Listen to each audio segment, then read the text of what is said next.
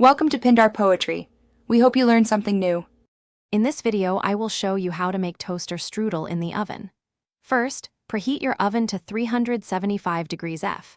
This ensures even cooking and a perfectly golden crust.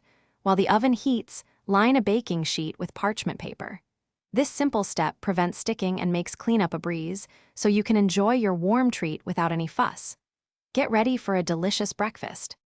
Once your oven is preheated, carefully place the frozen toaster strudels directly onto the parchment-lined baking sheet. Make sure to leave a little space between each one for even heat distribution. Bake them for approximately 8 to 10 minutes. Keep an eye on them. You're looking for a beautiful golden brown color, indicating they're perfectly cooked and ready to enjoy. After baking, carefully remove the toaster strudels from the oven.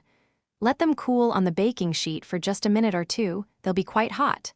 Now for the best part, the frosting.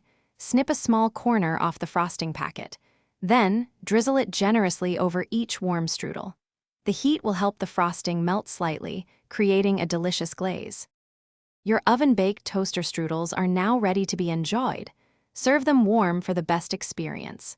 The flaky crust and warm fruit filling, topped with sweet frosting, make for a truly satisfying treat. It's a simple yet delightful way to enjoy a classic breakfast pastry, perfect for a quick morning bite or a comforting snack any time of day. Thanks for watching. Consider subscribing if we helped you.